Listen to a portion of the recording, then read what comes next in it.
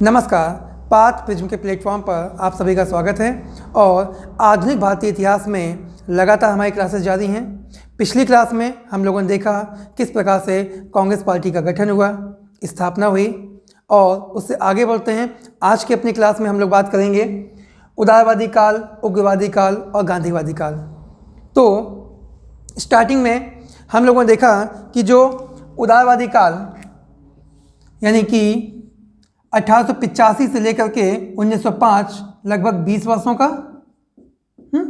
इस 20 वर्षों काल को उदारवादी या मैंने एक नाम आपको और बताया था नरमपंथी विचारधारा के लोग। नरम यानी कि मुलायम, सीधे साधे, है ना। तो कहीं ना कहीं ये लोग उदार थे, नरम थे। किस चीज़ को लेकर के?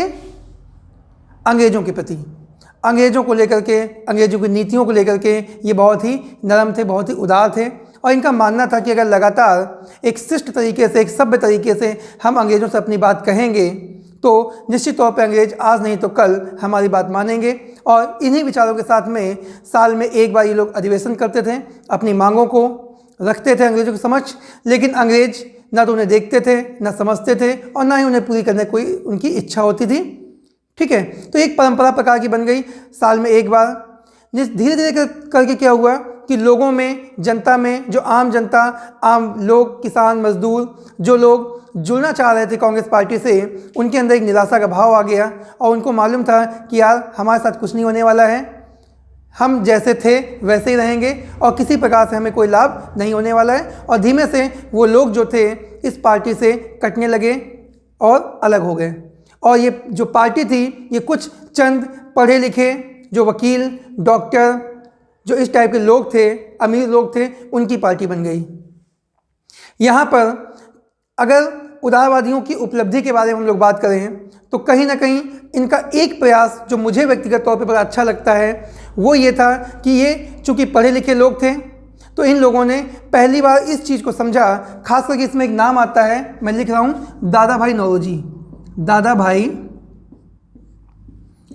नौरोजी। और इनके कई सहयोगी भी थे, लेकिन प्रमुख रूप से इनका नाम आता है। ये वो व्यक्ति थे जिन्होंने समझा, जाना कि किस प्रकार से अंग्रेज हमारे देश को लूट रहे हैं और यहाँ की जो धन संपत्ति है, यहाँ के जो आर्थिक संशोधन है, इनका दोहन हो रहा है और अंग्रेज इससे मालामाल होते जा रहे हैं। ब्रिटेन यानी यूरोप में जाकर के ये अपनी स्थिति मजबूत कर रहे हैं। और इस चीज़ को लेकर के दादा भाई नौरोजी समेत लगभग सभी उदारवादी नेताओं ने इस पर कह सकते हैं प्रयास किया। और इन्होंने ही क्वेश्चन पेपर में खूब पूछा जाता है कि धन निकासी का सिद्धांत किसने दिया? धन निकासी का सिद्धांत, आपका आंसर होगा दादा भाई नौरोजी। इन्होंने एक पुस्तक लिखी थी, the poverty and un British rule in India. The poverty and un British rule in India, आप लोग लिखिएगा, नोट करिएगा।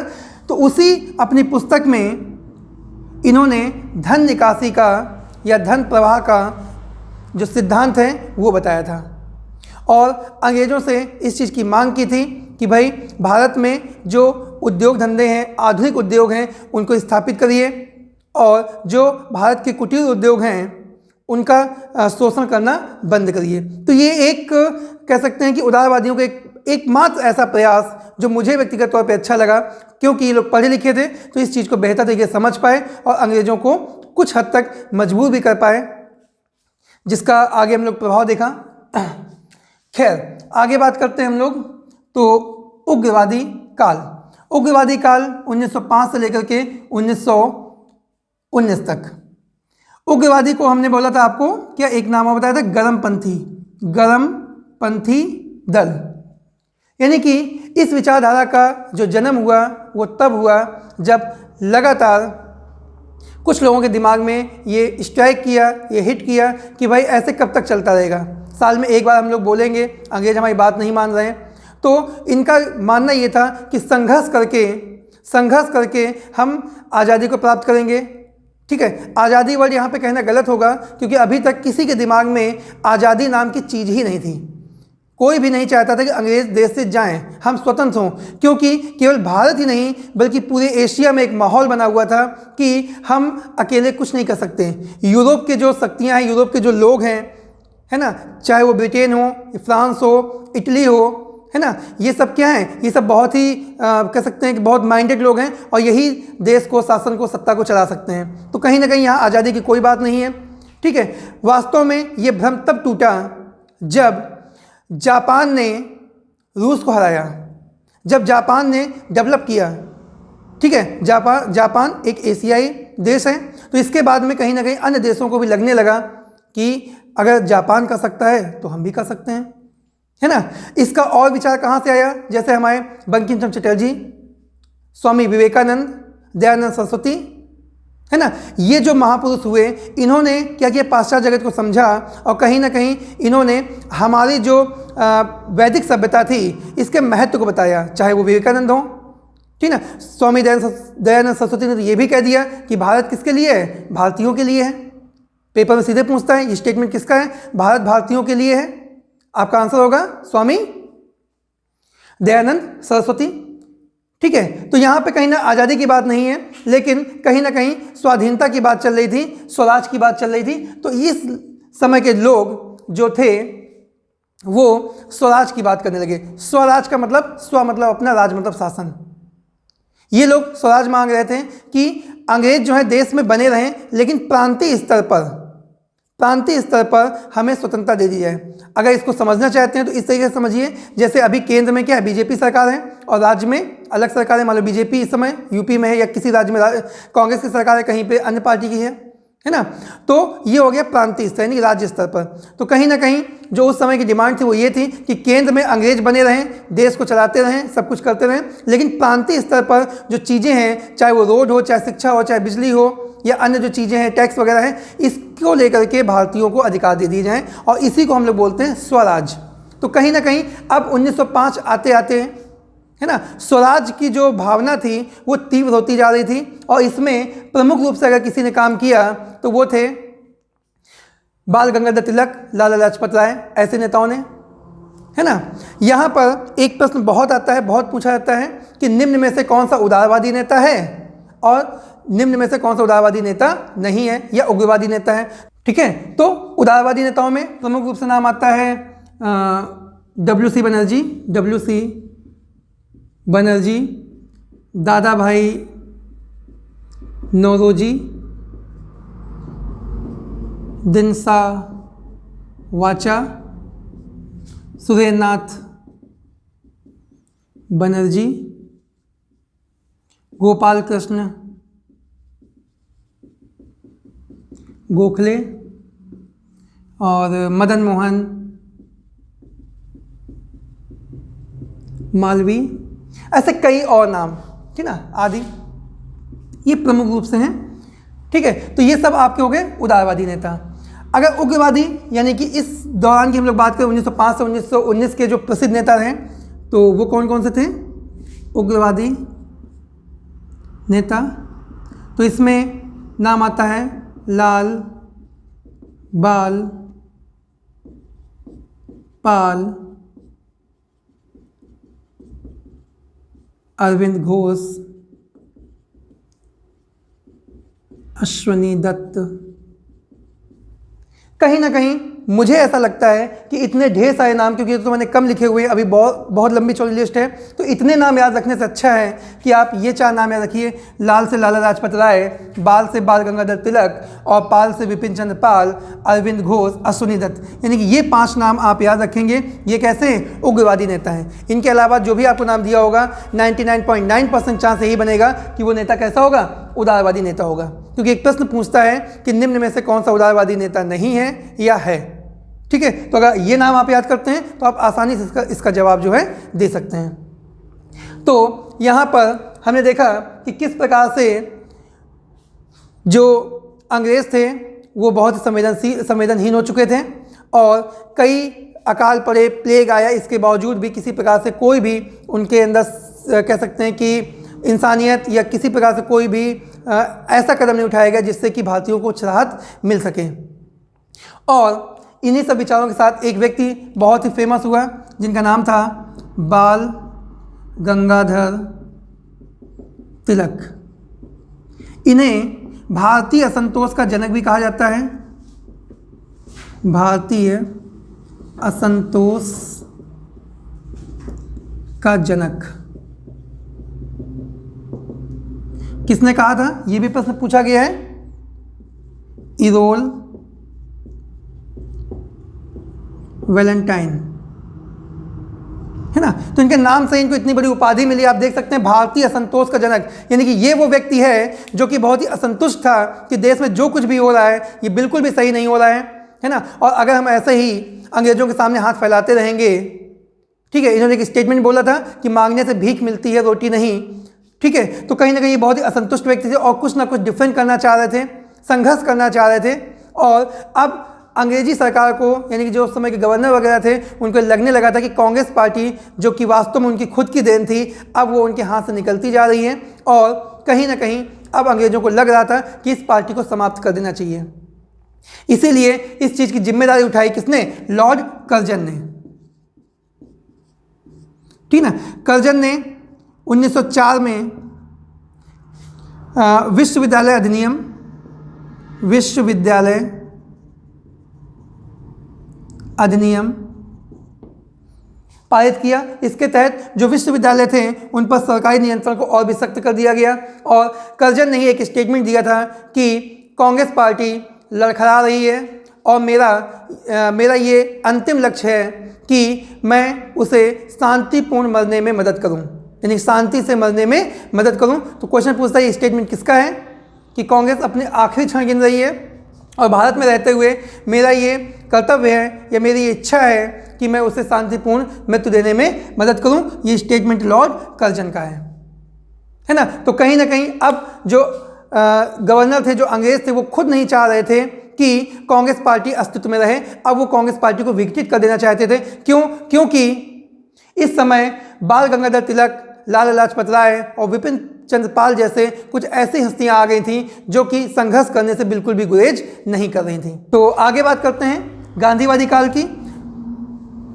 9 जनवरी 1915 को महात्मा गांधी का भारत में आगमन होता है। इसके पश्चात धीरे धीरे करके गांधी जी भारतीय राष्ट्रीय आंदोलन की एक विशेष पहचान बन जाते हैं। सारी की सारी जो राष्ट्रीय आंदोलन है वो गांधी जी के इर्द गिर्द नाचने लगता है और अंततः आज़ादी तक गांधी जी जो हैं वो बहुत ही महत्वपूर्ण रहे। तो इस पे हम लोग आगे क्लास करेंगे। हाँ, आज की क्लास में एक महत्वपूर्ण चीज़ ये कि शुरू के जो आपके 4 अधिवेशन हुए कांग्रेस पार्टी के, वहाँ से प्रश्न बनते हैं, बहुत ही इंपॉर्टेंट है। तो एक तो मैंने बता ही दिया है, कम से कम आपको 3 याद रखने चाहिए, है ना, लेकिन मैं 4 बता देता हूँ, एक और एक्स्ट्रा।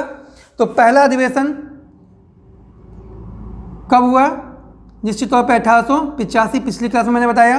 दूसरा कब हुआ होगा, 1886, क्योंकि प्रतिवर्ष हो रहा है। तीसरा 1887, 1888। कहाँ पे हुआ ये भी इंपॉर्टेंट है। तो पहला आपका कहाँ पे हुआ, बम्बई। दूसरा कहाँ पे हुआ आपका, कलकत्ता। तीसरा कहाँ पे हुआ, मद्रास।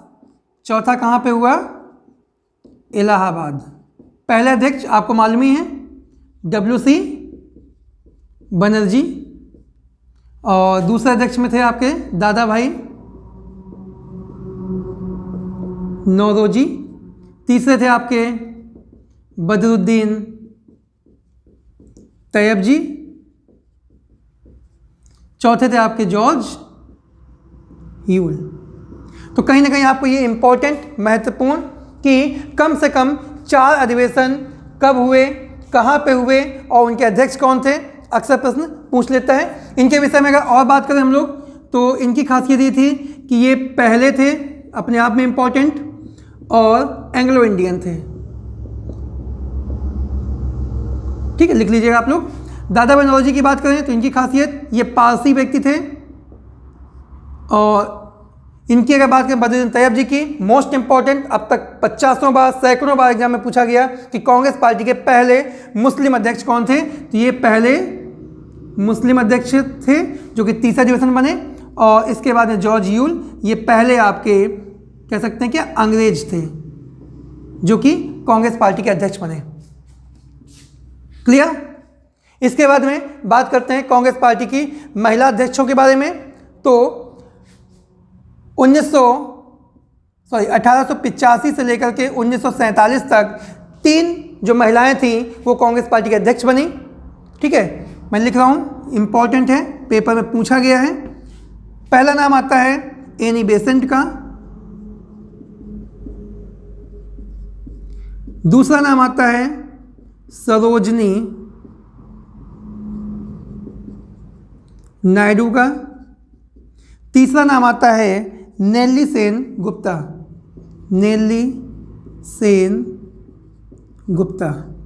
अपने आप में बहुत ही महत्वपूर्ण, क्योंकि सीधे प्रश्न पूछा गया है, कई बार एग्जाम में पूछा गया है, विभिन्न पेपरों में आया है कि कांग्रेस पार्टी की पहली महिला अध्यक्ष। तो ये थी आपकी पहली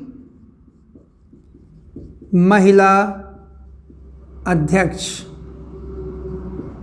कब थी? 1917 में कलकत्ता अधिवेशन। ठीक है। दूसरा मोस्ट इंपॉर्टेंट, सरोजिनी नायडू, ये थी पहली भारतीय महिला अध्यक्ष। ध्यान दीजिएगा, ये क्या है? पहली महिला अध्यक्ष और ये पहली भारतीय। पेपर में कई बार, चाहे वो पुलिस का पेपर हो, यूपीपी का हो, चाहे रेलवे का हो, चाहे एसएससी का हो, किसी भी पेपर की आप लोग बात करें, चाहे वो बीएड का हो, सब में इस प्रकार के प्रश्न जो हैं खूब बार पूछे गए हैं। और गलती हम लोग यहीं पे करते हैं, पूछता ये पहली महिला है, हम बताते हैं पहली भारतीय महिला है, पूछता पहली भारतीय महिला है, हम बताते हैं पहली महिला। ठीक है, तो ये है पहली महिला एनी बेसेंट। ये कहाँ की थी? कई बार प्रश्न पूछा गया है। ये आयरिश महिला यानी कि आयरलैंड की थी। एक एक सेंटेंस जो मैं बोल रहा हूँ वहाँ से एक प्रश्न बन रहे हैं। ठीक है, आप लोग वीडियो को पॉज करके बार बार अपने नोट्स को बना सकते हैं, देख सकते हैं। ये कब थी? ये थी आपकी 1925 में कानपुर अधिवेशन में।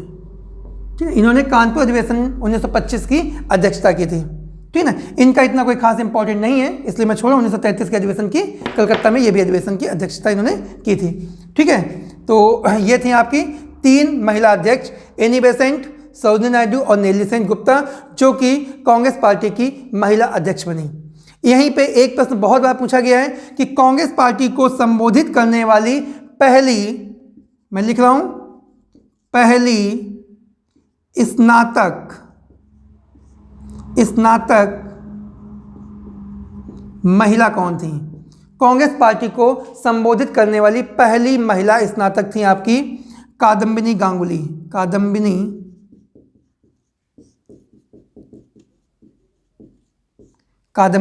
गांगुली 1890 के कलकत्ता अधिवेशन में। ठीक है, इतना इंपॉर्टेंट नहीं है सन, जहां पे इंपॉर्टेंट नहीं मैं वहां पे स्किप कर दूंगा, छोड़ दूंगा। ठीक है, तो कहीं ना कहीं ये नाम आपको याद रखना होगा। कादम्बिनी गांगुली पहली महिला जो कि स्नातक थी। ठीक है, इनसे संबोधन इसलिए कराया गया था 1890 में, ताकि कांग्रेस पार्टी में जो महिलाओं का प्रभाव है, यानी कि महिलाओं का जो रुझान है वो बढ़े और महिलाएं भी कांग्रेस पार्टी से आकर के जुड़े। प्रश्न यहाँ पे और बहुत ही इंपॉर्टेंट मेरे दिमाग में आ रहा है, यहीं पे मैं उसको बता देता हूँ कि ये जो आपका दूसरा अधिवेशन था कलकत्ता में, जिसकी अध्यक्षता की थी दादा भाई नौरोजी ने, इस अधिवेशन में एक विशेष घटना घटी थी कि मैंने आपको पिछली क्लास में बताया था, सुरेंद्र नाथ बनर्जी, इन्होंने एक पार्टी बनाई थी जिसका नाम था इंडियन एसोसिएशन।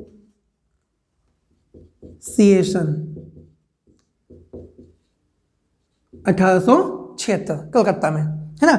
ये जो पार्टी थी आपकी इंडियन एसोसिएशन, इन्होंने क्या किया था, जब कांग्रेस पार्टी का दूसरा अधिवेशन हो रहा था, कौन सा? दूसरा, ये वाला कलकत्ता वाला, जिसकी अध्यक्षता दादा भाई नौरोजी ने की, तो इस अधिवेशन में इन्होंने अपनी पार्टी इंडियन एसोसिएशन का विलय कर दिया था। किसमें? कांग्रेस में। यानी कांग्रेस के दूसरे अधिवेशन में इंडियन एसोसिएशन, जिसके संस्थापक थे सुरेंद्र नाथ बनर्जी, इन्होंने अपनी पार्टी का विलय कर दिया। किसमें? कांग्रेस पार्टी में। तो क्वेश्चन पूछता है, ठीक ना, कब किया, किस पार्टी किया, संस्थापक कौन थे, तो सारा चीज़ें आपके सामने हैं।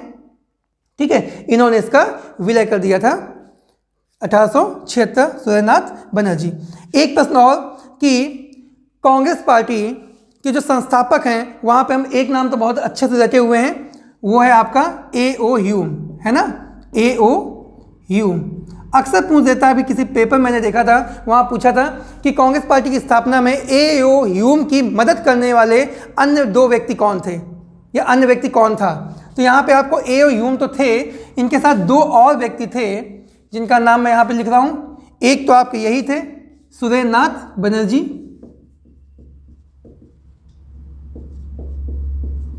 और दूसरे थे आनंद मोहन बोस। इस प्रकार के प्रश्न खूब पूछे जाते हैं और आजकल काफ़ी ट्रेंड में है, काफ़ी चलन में है कि कांग्रेस पार्टी की स्थापना के समय जो संस्थापक थे A.O. ह्यूम, इनकी मदद में इनके साथ और कौन व्यक्ति था। तो ये 2 नाम आपको याद रखने हैं, सूर्यनाथ बनर्जी और आनंद बोस। इसी के साथ एक प्रश्न और कि कांग्रेस पार्टी के पहले अध्यक्ष तो सभी को मालूम है W.C. बनर्जी, ठीक ना, लेकिन कभी कभी प्रश्न पूछता है कि कांग्रेस पार्टी के पहले महासचिव, अध्यक्ष अलग और महासचिव अलग, मैं लिख रहा हूं महासचिव, ठीक है, तो आपको कंफ्यूज नहीं होना है। महासचिव कौन थे? A.O. ह्यूम ही थे। और ये जो पद था ये लगातार 15 वर्षों तक कांग्रेस पार्टी के जो महासचिव थे वो A.O. ह्यूम साहब ही बने रहे और इसके बाद में इस पद को ही समाप्त कर दिया गया। यानी कि पहले पूछे अंतिम पूछे, सिर्फ आपके सामने अगर महासचिव दिया हो तो आपका आंसर हो जाएगा A.O. ह्यूम। क्लियर? तो आज की क्लास में इतने रखते हैं, एक एक चीज से प्रश्न बन रहे हैं, ठीक ना, अच्छे से देखिए, बढ़िया नोट्स बनाइए। All the best.